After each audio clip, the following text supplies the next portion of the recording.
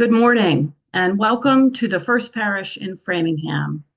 Thank you, Dean, for the comfort of your beautiful piano playing. Welcome on this snowy, icy New England winter Sunday. We are a Unitarian Universalist congregation, and we are a welcoming and affirming congregation. We believe that every person is inherently worthy and has the right to flourish with dignity, love, and compassion. So, no matter whom you love, how you move around in the world, your race, your age, your gender identity, your beliefs, or where you are on your life's journey, you are welcome here. We welcome you here on Zoom or wherever and whenever you may be watching this service in the future. I am Diane Bassett. I use she, her pronouns, and I am your worship associate this morning. Please be sure to read the announcements in the order of service, which Sarah sent with the email this morning. You're invited to join us for a virtual coffee hour that will be in this very same Zoom room immediately following the service. Since 1701, people have been gathering in this community to rest and recharge and rejoice in worship. Like you, they came to be affirmed and challenged and held in a covenant of love. Over these 324 years, this community has gathered in 5 different meeting houses, and here, at least for this weekend, we are in a 6th virtual space. But in whatever way we come together, this is still our meeting house, our sanctuary, and you all belong here. So I invite you to get comfortable, to lean in and feel like you're at home, because you are. Take a deep breath and another.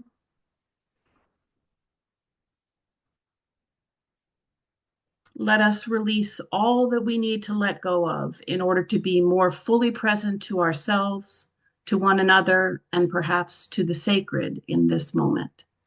May we all find solace, meaning, and renewed purpose in today's service.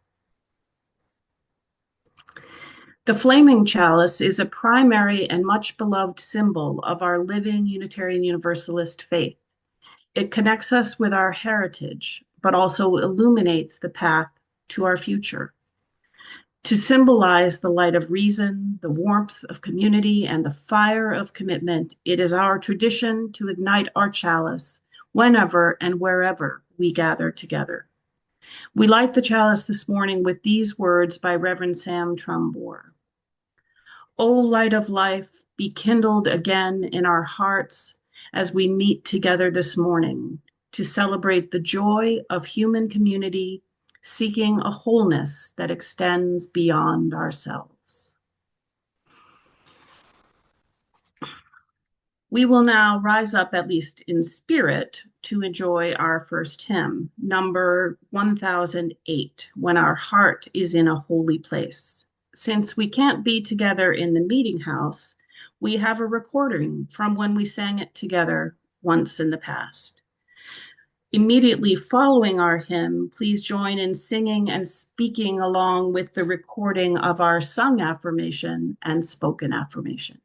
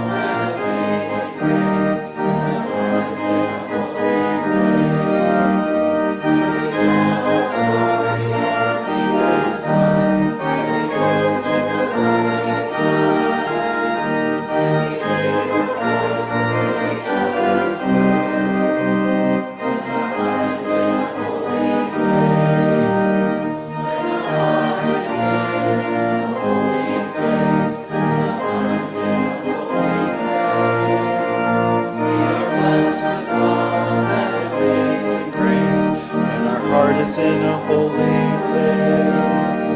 When we share those aisles of sacred space,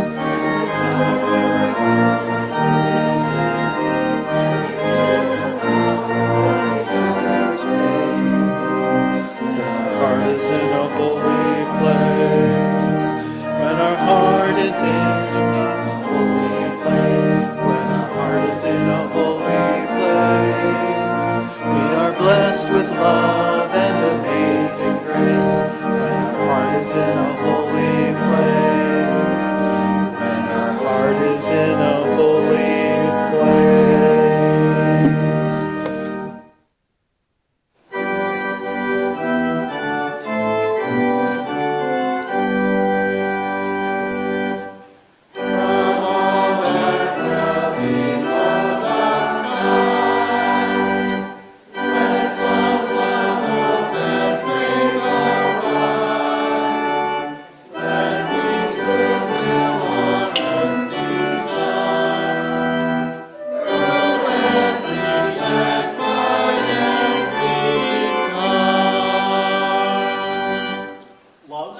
Is the doctrine of this church. Request of truth is its sacrament, and service is its prayer.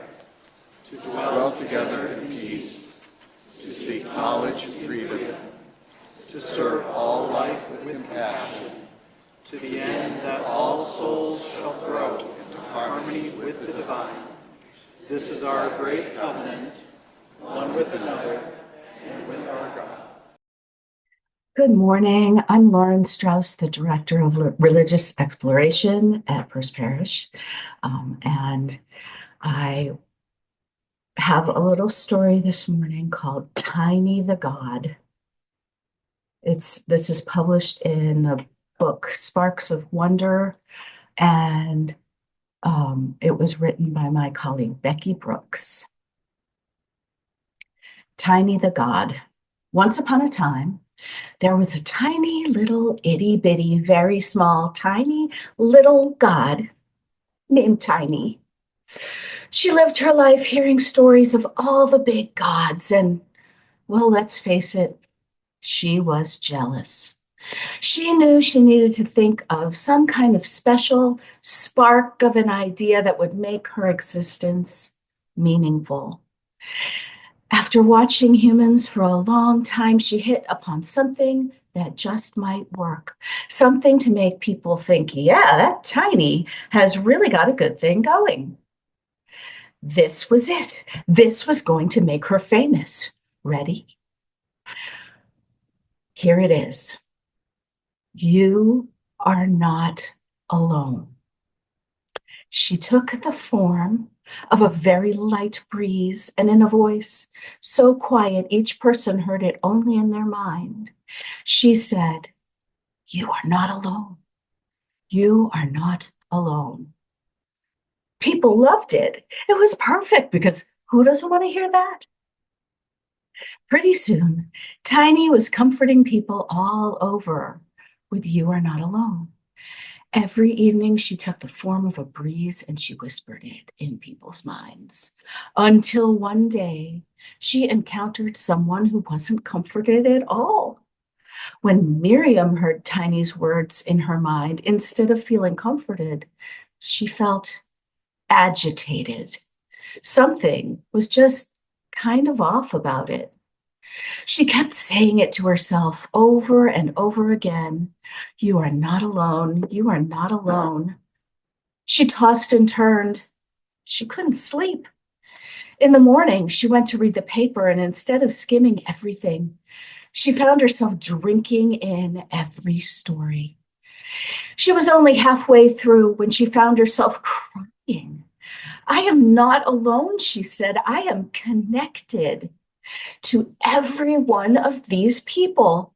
They live in my town and my country and my world. They love their children like I love mine. They are scared sometimes, and so am I. They hurt like I hurt. I am not alone. I can help." Tiny was surprised. It hadn't occurred to her that someone might think that way. Tiny kept watch over Miriam to monitor this interesting development. Miriam and a coworker met online in a meeting and talked about a law they hoped the Senate would pass, and Tiny noticed when Miriam wrote a letter to her senator about it right away. She noticed that when Miriam turned in her grocery order, she bought a few extra things for her neighbor and left them with a colorful note on their porch. She noticed that Miriam had tears in her eyes when she joined in her congregation's worship on her computer, and she heard her favorite hymn through the small speakers. Miriam got out her phone and made an extra donation to her congregation. She watched as Miriam wrote postcards to friends and family near and far, waved to the walkers who passed by her house, and strung up colorful lights in her living room window. But most importantly for Tiny, she noticed when Miriam received a phone call one evening from a friend she hadn't heard from in a long while. His voice was shaking. "I'm having a hard time," he said. He started to tell her about his troubles, but he began to cry. Miriam got herself comfortable in her favorite chair. "Take your time. I'll stay on the line with you. You are not alone. I am here. I am here." Tiny heard those words like an echo in her mind. "You are not alone. I am here. You are not alone. I am here." And I don't want anybody to unmute, but if everyone could just say with me, "You are not alone. I am here. You are not alone. I am here." In that moment, Tiny knew that she was nothing without Miriam's hands and heart and spirit. And she knew that what she wanted, what the world needed more than anything, was what Miriam had learned to give. So Tiny went to work. Instead of just spending her evenings spreading the gospel of "You are not alone," she spent her night times doing it too, and her mornings and her afternoons. Pretty soon, she was spending every morning, every moment doing it until she became the breeze itself. And that is why there are no paintings of Tiny, no busts or holy books, just a breeze, a low voice, and many, many helping hands, loving hearts, and caring spirits. You can hear the echo if you listen closely. You are not alone. You are not alone. You are not alone. I am here. You are not alone. I am here. When water bottles are left in the desert for those who risk their lives to cross it, you are not alone. I am here.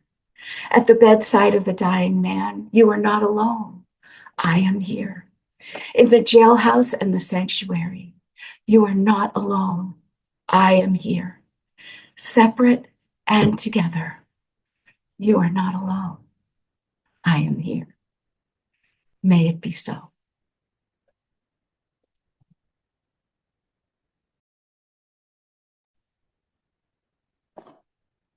Thank you, Lauren. Good morning, everybody. I am Terry Dixon, and I use he, him pronouns. And as I hope you all know, I am deeply honored to be your ministerial intern at First Parish. Thank you all so much for your love, your care, and for your trust. And it is great that we can all gather here on Zoom, even if I imagine that some of you may still be wearing your pajamas. But it is great to have us all here together. We are a people of great joy and deep sorrow. And now is the time for us to share the things that weigh deepest on our hearts. People can submit their joys and sorrows online in advance. This week, as it happens, we didn't have any sent in advance, but if anybody has joys or sorrows that they would like to share with the community, then you may type them into the chat now. And between the sharings of the joys and sorrows, we will play "There is a Love" so that we can all hold those joys and sorrows in our hearts through songs. So if anybody has any joys that they would, or rather, excuse me, if anyone has any sorrows that they would like to submit now, please type them into the chat and I will light some candles for us here.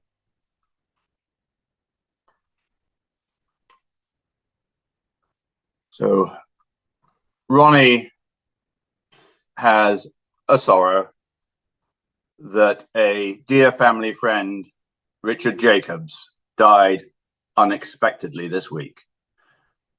So we light a candle for Ronnie and Richard and everybody who knew Richard.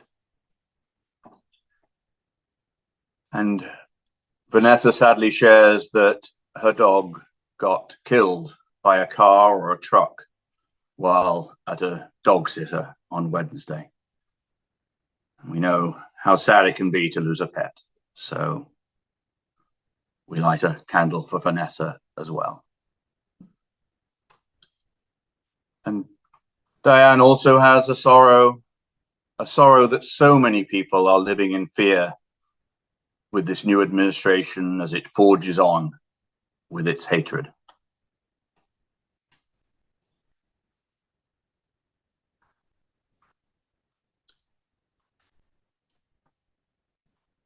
And Marianne and Daryl share that feeling and say that it is so sad that we are standing in a world that is being systematically eroded.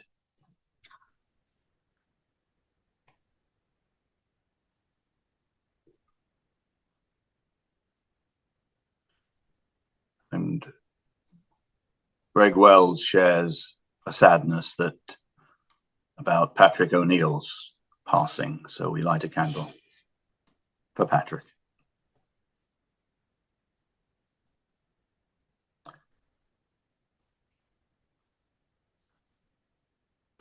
And Lauren shares that we lost a trans person to hate in upstate New York this week. The details are horrible, and we all share in that sadness, that loss.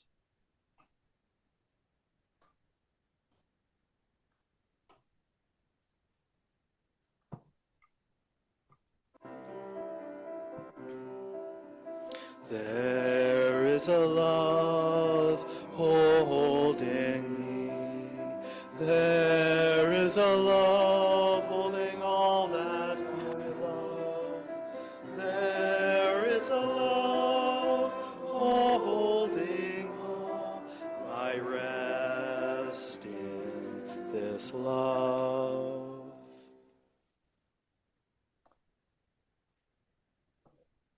And now, if anyone has any joys that they would like to share with us this morning, please type those in as well.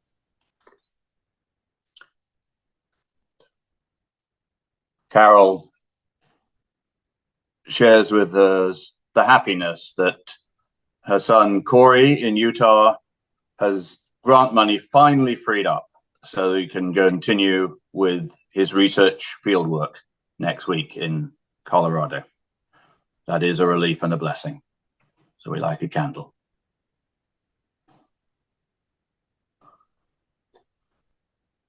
And Marianne and Daryl also share that Daryl saw his best friend yesterday. They haven't been together for over 17 years. So it's wonderful that Daryl and his friend were able to reconnect. And we light a candle for that. And Diane also shares that her neighbor has had a healthy new baby boy, or new baby born, and it gives her hope and promise in this dark time.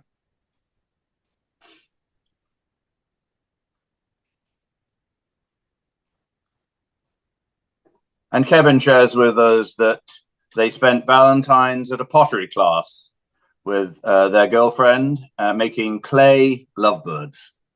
What a great way to spend Valentine's Day. We light a candle for that too.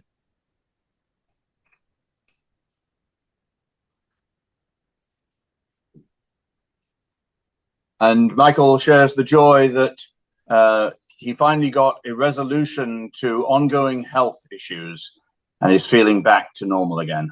It's wonderful news. Thank you so much, Michael, for sharing that.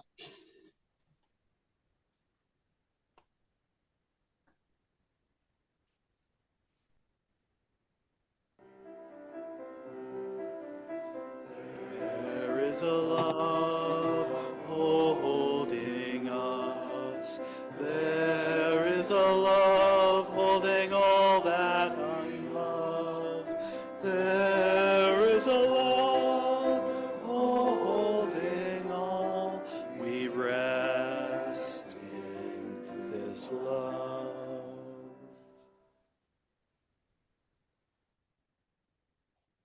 And we also recognize that there are joys and sorrows that are perhaps too personal, too private to be spoken out loud, and that they remain held in our hearts, but that they are no less important. So I light a candle for all those joys and concerns as well. And finally, I light one last candle for all those people who don't have a community like this in which to share their joys and sorrows. May they too find peace.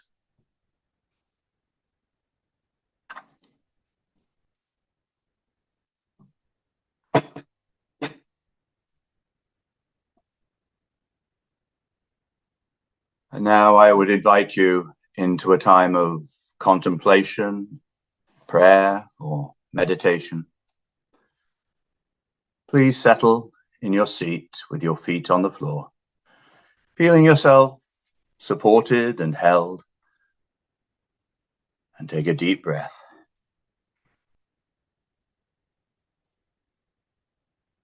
And another. I invite you to sit with your back firm, but not rigid, and your heart space open.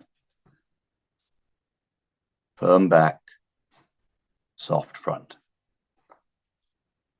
And if you wish, you may close your eyes and allow yourself to sink down into your body as you center yourself in quiet reflection.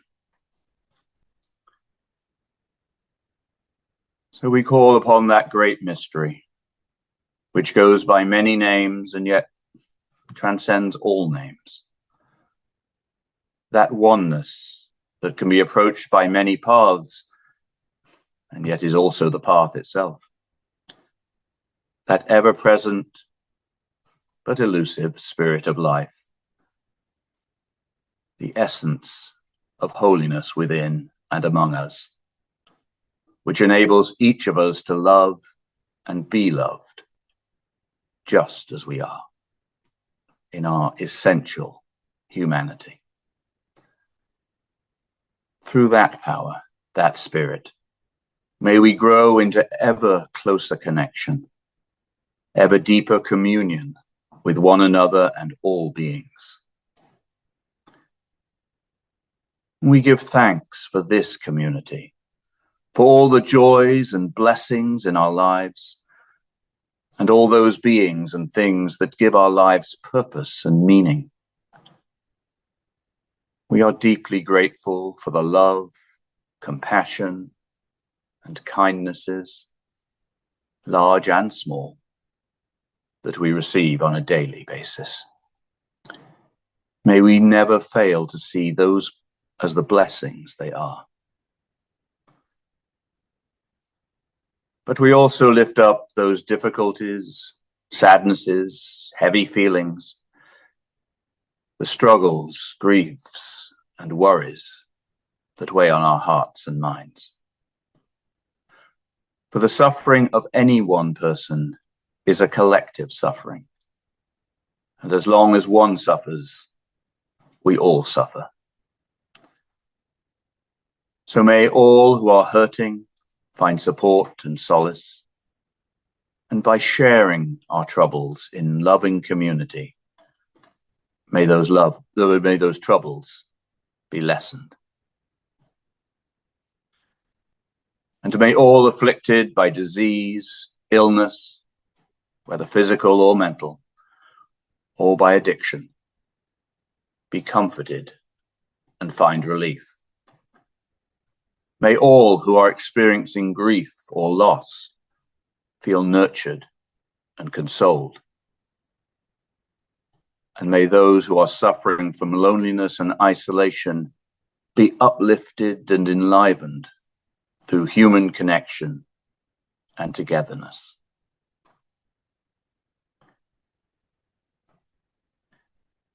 And we also lift up in our hearts and in this community all those people who are fearful or feel endangered in this country and around the world due to violence, vindictiveness, and senseless cruelty. And we especially raise up those marginalized and disinherited people in our own society who every day are being stripped of their rights, their hopes, and their essential humanity. May we find ways to nourish and protect them. May we reassure them that they are not alone and that they too belong in beloved community. That they too, without exception, are inherently worthy and have the right to flourish with dignity, love, and compassion. But in holding others to account and speaking truth to power, let us also acknowledge that on occasion, each and every one of us can be unkind. Each of us are sometimes less than generous in our actions or our words, and we all fall short of being the truly loving and compassionate people we want to be.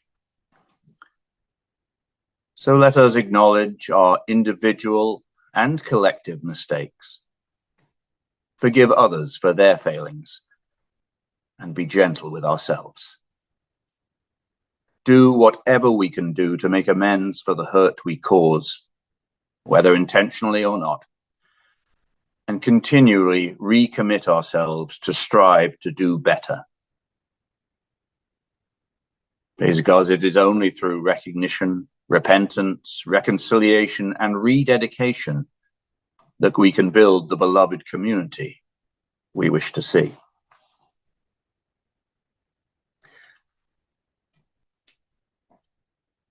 So now I would invite you to join in a further minute of silence for your own personal reflection or prayer, or just to rest. From our individual locations, let us breathe into this collective space of holiness, this time of peace, this loving community.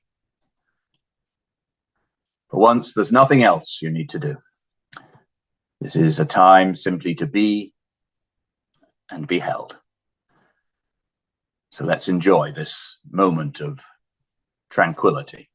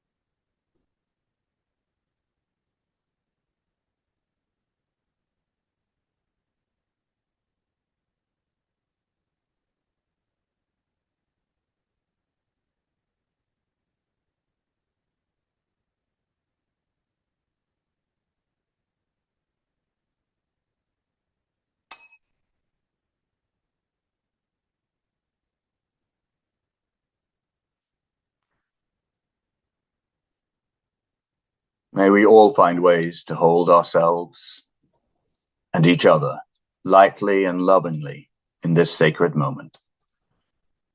And may we all which is holy hold our prayers and contemplations with tenderness and compassion, so we can live better into beloved communities of respect and justice for all. Amen. And blessed be.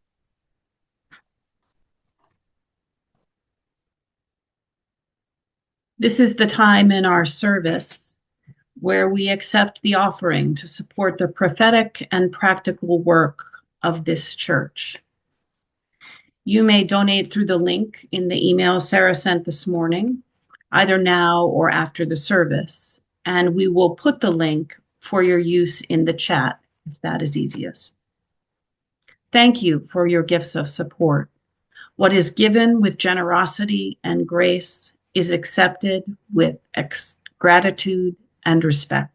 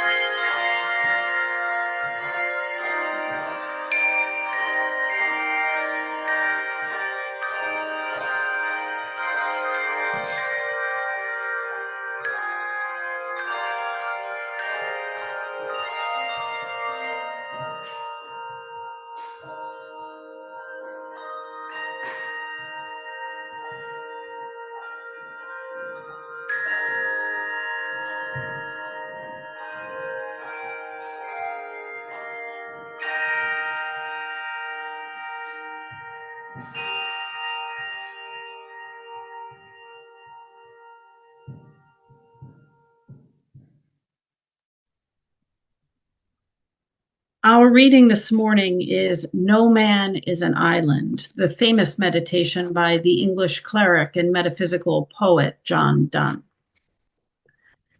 No man is an island, entire of itself.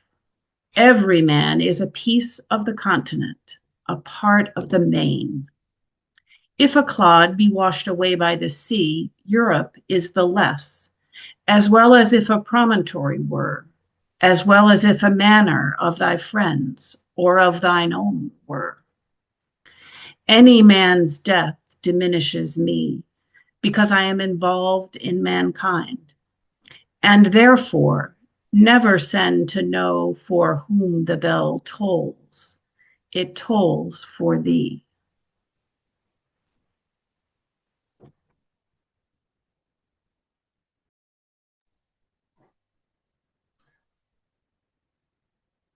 Well, I don't know about you, but as Yogi Berra said, this feels like deja vu all over again. I mean, I have certainly had some flashbacks over the last couple of weeks as we went to these Zoom-only services.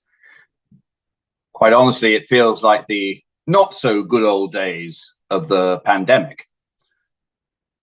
Now, don't get me wrong, I do enjoy being able to go to church again in my pajamas, but it brings back those memories of isolation during the COVID years and missing out on gathering in person. And as we learned from the pandemic, we human beings are inherently social animals, and we don't do well when we're forced to be on our own. Dr. John Barr, the professor of psychology at Yale University, contends that along with basic motivations to survive and reproduce, the third innate human goal is cooperation. Our desire to live in community and collaborate is a deep evolutionary drive that exists from our earliest development. It is biologically built in. We evolved to gather in groups, to live in community with one another. Now, initially, this was for safety, but then we learnt how to collaborate, to interact, to share our lives together. Whether it is in small family groups, larger communities, or even whole nations, this is how we thrive and flourish as a species. Community and collaboration are our superpowers. And I think it's also one of the primary reasons for our religious impulses. As the great UU educator Sophia Lyne-Sfars said, one of the basic human needs that has impelled people, quote, to form religions, put negatively, has been the dread of being isolated and alone, and the frantic fear and sense of helplessness associated with it. Put positively, it is the deep and unending need to be loved by someone else and to be able to give love in return.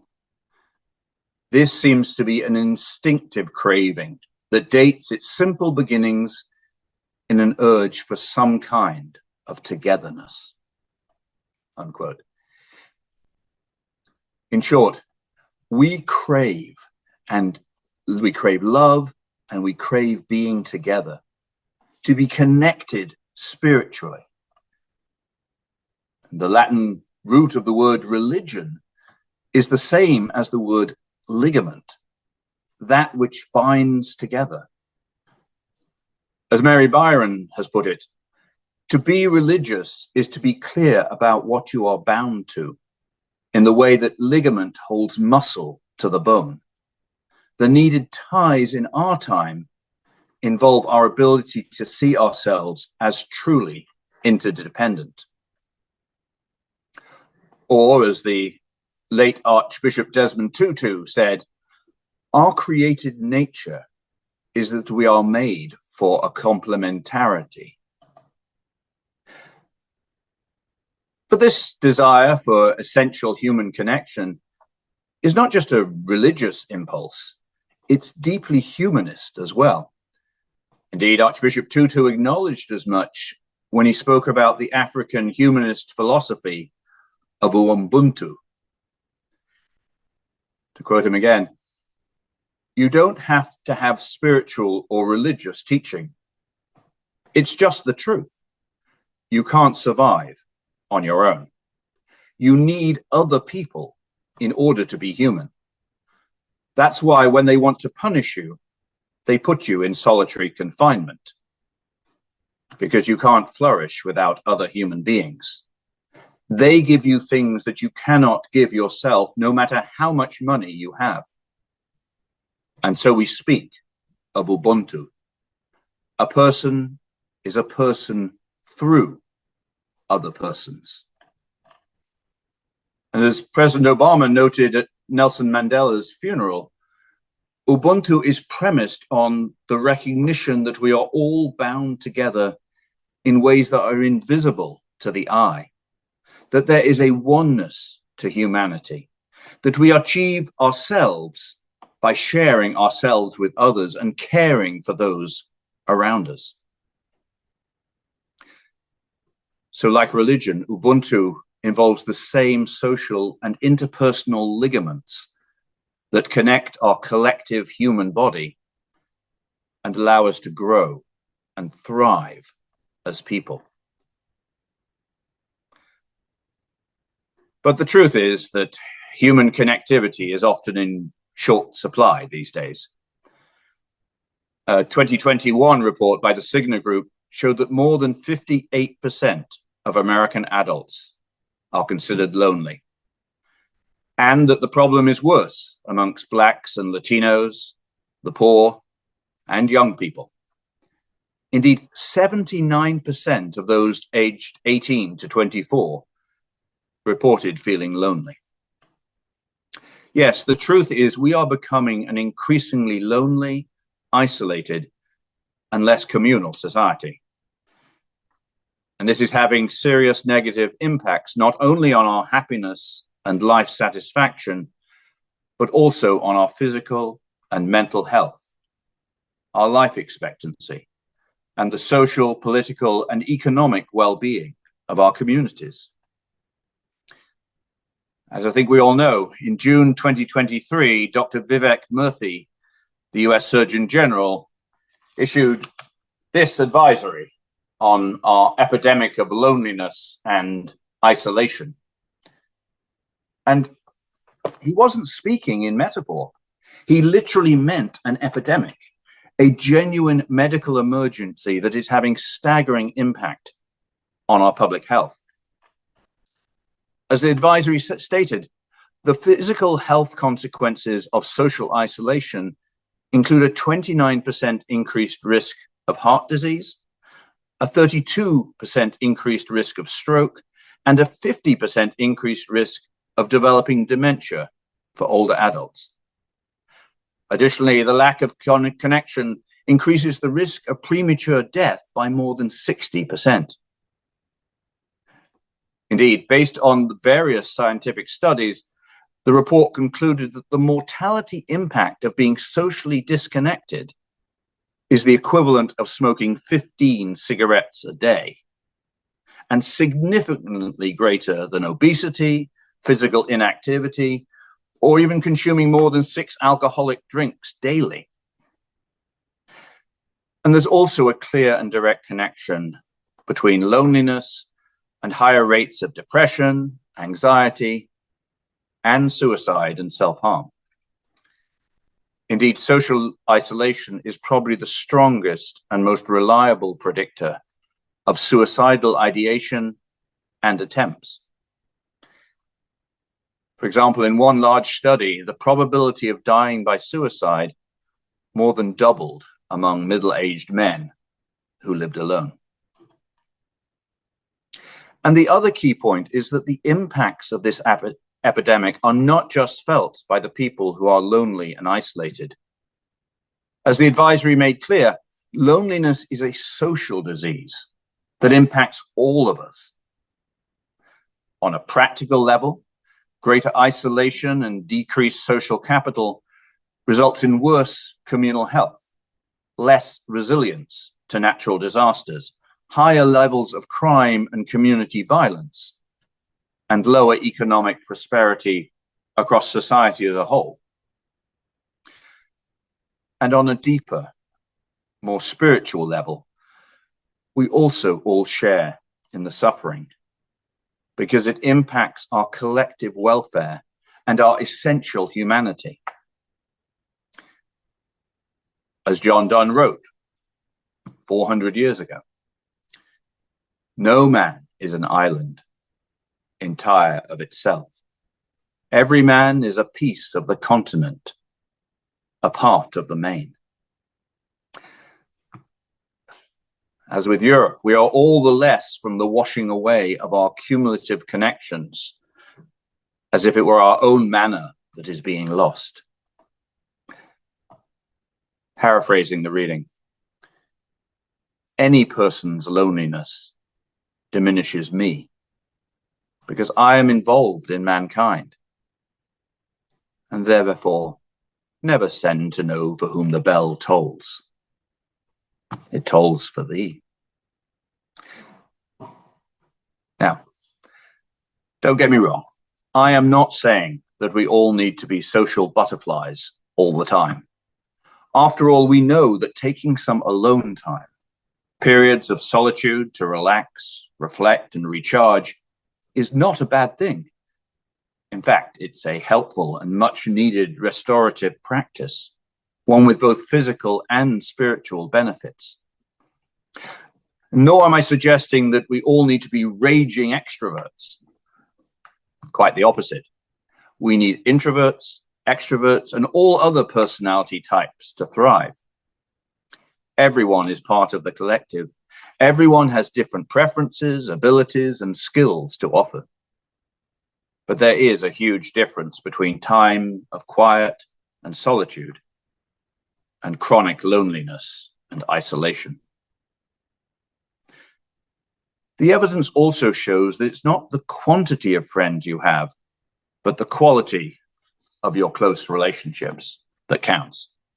And although marriage or other committed, intimate relationships are good, they're certainly not essential in combating loneliness. As in Lauren's story today about Miriam and Tiny, the key question is whether there's at least one person in your life that you feel really has your back. A person you could call in the middle of the night if you were sick or scared. You are not alone. I am here.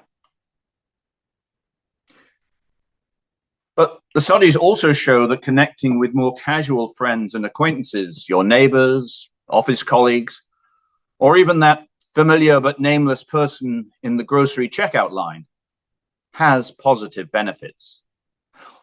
Those connections all give us hits of well-being and a much greater sense of belonging.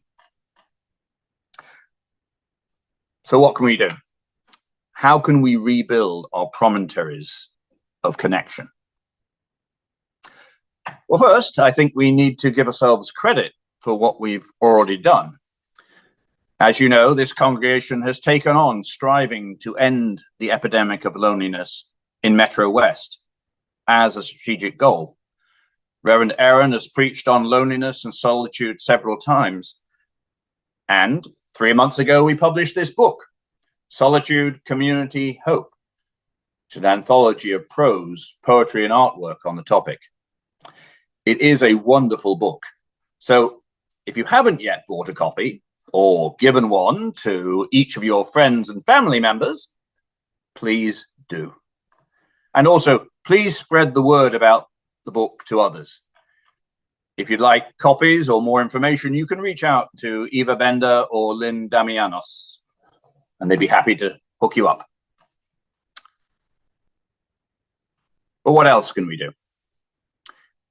Well, Dr. Murphy has identified 3 major factors that he thinks can help in reducing loneliness and isolation. One is developing stronger relationships. The second is building up our communities. And the third is through acts of service in which people are encouraged to connect to something outside of themselves. Now, to me, these are all deeply spiritual practices. And so how would it be if in this spiritual community, we sought more ways to provide those opportunities for our lonely neighbors? What might that look like? But I also have a more immediate suggestion for something we can do right here and right now. Now, I know we generally discourage people from using their cell phones in church. Yeah, but we're on Zoom, so it's a bit like wearing pajamas, right? Who's to know? And second, I'm offering you a one-time ministerial dispensation. So if you have it to hand, I invite you to take out your phone and send a text or a quick email to someone, anyone in your contacts that you haven't connected with recently. Just send a quick line letting them know that you're thinking about them and you want to reach out. Now, obviously, there's no obligation to do this. It's totally up to you. But just think of the impact that that small gesture might have in their life, in your life, and for our wider society. So go on, let's do it. And Dean will play a little bonding music while you reach out.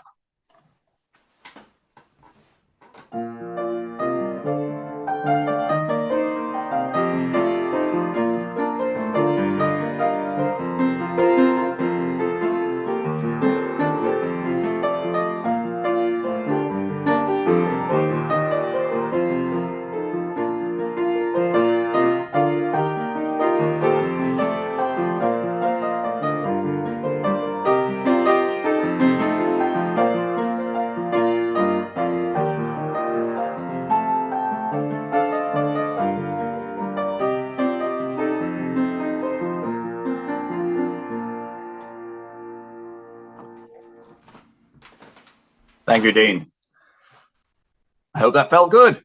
And if you didn't feel like reaching out right now, then, yeah, you can always possibly do so after the service if you wish.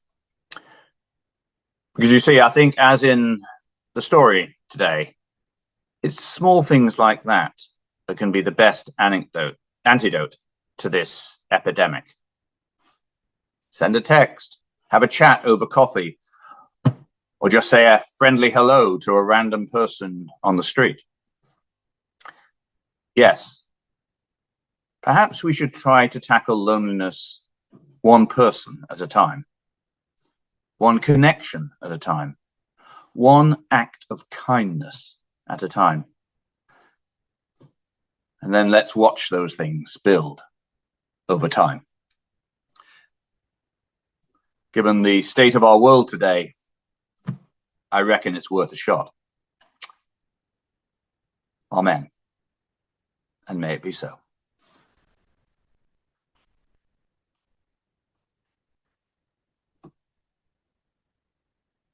And so now I would invite us all to rejoice in our closing hymn. I'm going to lift my sister up by Fea Ora Rose Torre. By way of a bit of background, Fea Ora Rose Torre is an American civil rights activist and lawyer. She was educated at Harvard Law School, and in 1973, she became the first Black female judge in Alabama. She has also founded and led a number of racial justice organizations, and she coordinates the annual Bridge Crossing Jubilee to commemorate the anniversary of Bloody Sunday in Selma, Alabama, which was 60 years ago this year. And she's also a playwright, and you'll hear a songwriter. Now, we were going to perform this, obviously, in the meeting house, and in addition to Dean, David and Tom were going to serenade us, but that'll have to wait for another day. So we have a recording of the song. This one is by Matt Mayer and the other musicians at Sanctuary Boston. And so we thank them all for this.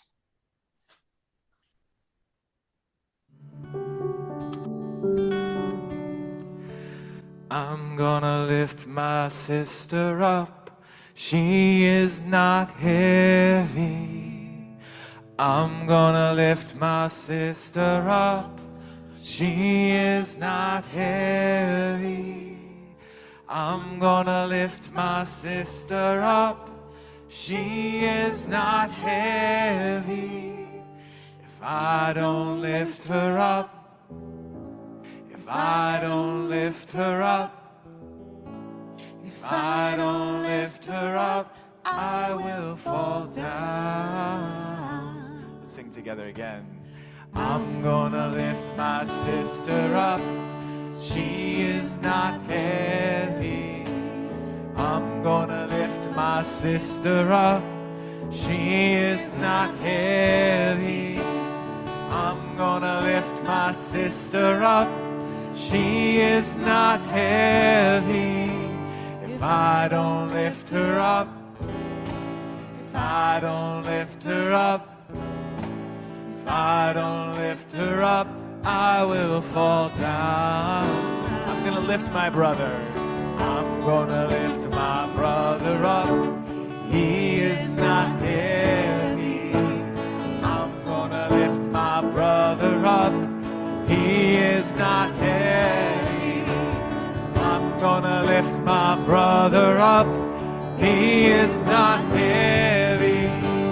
If I don't lift him up, if I don't lift him up, if I don't lift him up, I will fall down. I'm gonna lift my sibling. I'm gonna lift my sibling up. They are not heavy. I'm gonna lift my sibling up. They are not heavy. I'm gonna lift my sibling up. They are not heavy.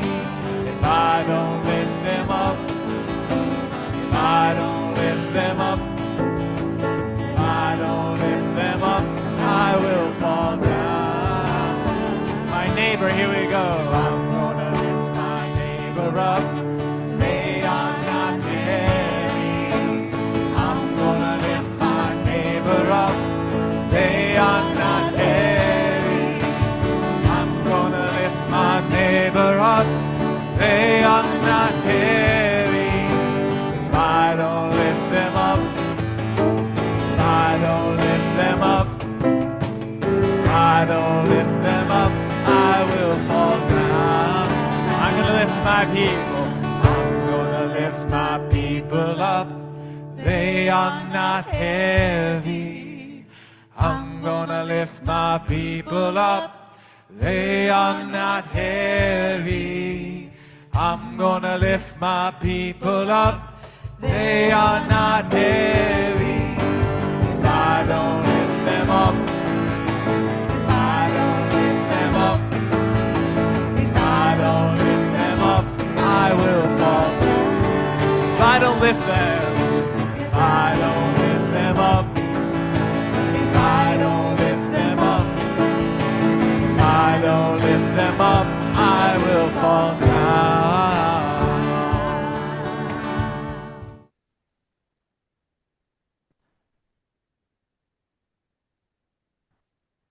And so I will extinguish our chalice for this morning and leave you with these final words by the Reverend Pam Romanchik.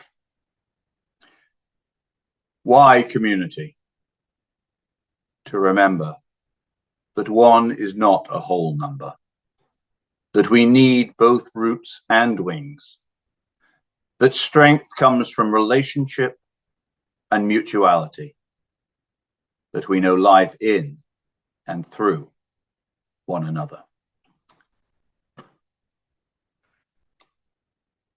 And so if people want to come off, show themselves on video if you wish, but obviously there's no requirement, I would invite you to cross arms like this so that your elbows are touching the sort of edge of your box, and so obviously touching the person next to you, as it were, so that we can all feel a sense of sacred connection, even in our separate locations.